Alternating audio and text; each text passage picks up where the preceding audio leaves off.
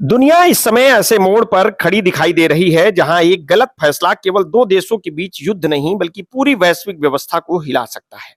पश्चिम Asia में जो कुछ हो रहा है वो केवल अमेरिका और ईरान के बीच सैन्य टकराव नहीं है, बल्कि ये शक्ति प्रभुत्व, ऊर्जा, समुद्री व्यापार और अंतर्राष्ट्रीय राजनीति की सबसे बड़ी लड़ाई बनता जा रहा है। डोनाल्ड ट्रंप की आक्रामक कार्यशैली एक बार फिर दुनिया के केंद्र में है। समर्थक इसे निर्णायक नेतृत्व कहते हैं, जबकि आलोचक इसे एक तरफा हस्तक्षेप और दबाव की राजनीति मानते हैं। हाल के घटनाक्रमों में ने ये बहस और तेज कर दी है। अमेरिकी सेंट्रल कमांड का ये कहना है कि ईरान के खिलाफ सैन्य अभियान फिर तेज कर दिया गया है।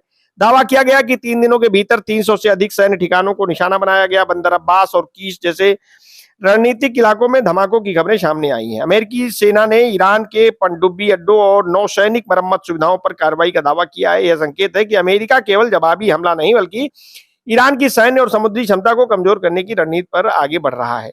इसके साथ ही अमेरिका ने ईरानी बंदरगाहों और तटीय क्षेत्रों की नौसैनिक नाकेबंदी लागू करने की घोषणा की है। न्यूट्रल जहाजों को क्षेत्र छोड़ने की चेतावनी दी गई है। किसी भी देश की समुद्री नाकेबंदी केवल सैन्य कार्रवाई नहीं होती बल्कि उसकी अर्थव्यवस्था, व्यापार और आपूर्ति तंत्र पर सीधा दबाव डालने का प्रयास माना जाता है।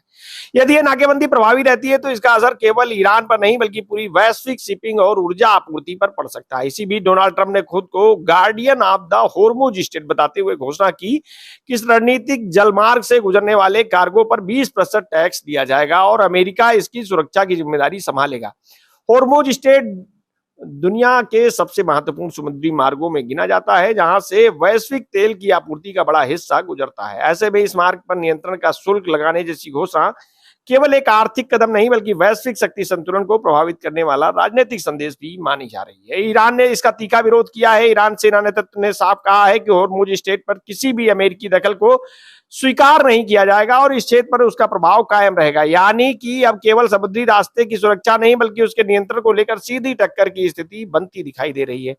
तनाव का सबसे गंभीर असर समुद्र में दिखाई दिया। ओमान के समुद्री क्षेत्र के आसपास 2 तेल टैंकरों पर क्रूज मिसाइलों से हमला हुआ।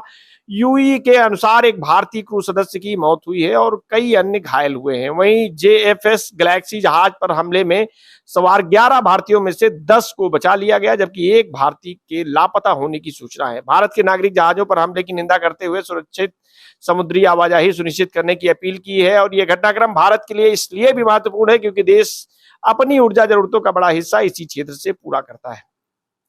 संघर्ष केवल ईरान और अमेरिका तक सीमित नहीं है। दक्षिणी लेबनान और इजरायली सैन्य कार्रवाई जारी है। यमन में हूती विद्रोहियों ने सऊदी अरब के आभा अंतर्राष्ट्रीय हवाई अड्डे पर मिसाइल और ड्रोन हमले का दावा किया है। एयरलाइंस को सऊदी हवाई क्षेत्र में बचने की चेतावनी दी है। इसके बाद यमन में हवाई अड्डों को बंद किए जाने की खबरें भी सामने आई हैं।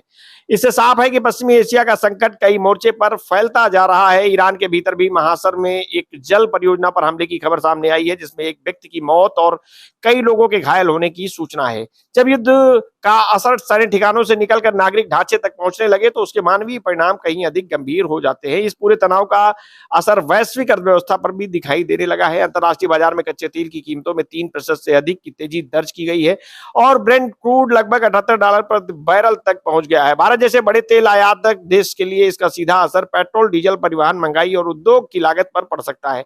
यदि होर्मुज स्ट्रेट से आवाजाही बाधित होती है तो ऊर्जा बाजार में और बड़ा झटका लग सकता है। इसी बीच ट्रंप ने घोषणा की है कि वो देश को संबोधित करेंगे।